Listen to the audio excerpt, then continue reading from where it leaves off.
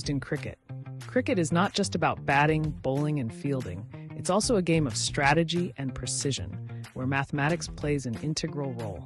From score calculations to performance analysis, math is at the heart of cricket, enhancing the way the game is played, understood, and enjoyed.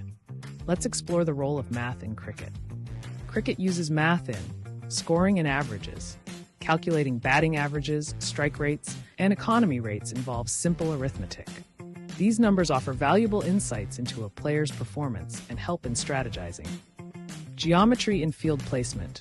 Field placements are strategically planned using geometry. The angles and distances between fielders are optimized to cover maximum ground and prevent runs. Probability and strategy. Statistical models analyze past performance to predict match outcomes. These models use probability to determine the best strategies for specific game scenarios, such as when to declare or how to chase a target. Trajectories in physics. The trajectory of a ball, whether spinning, swinging, or bouncing, involves principles of geometry and physics. Bowlers use this knowledge to deceive batsmen, while batsmen use angles to place their shots effectively.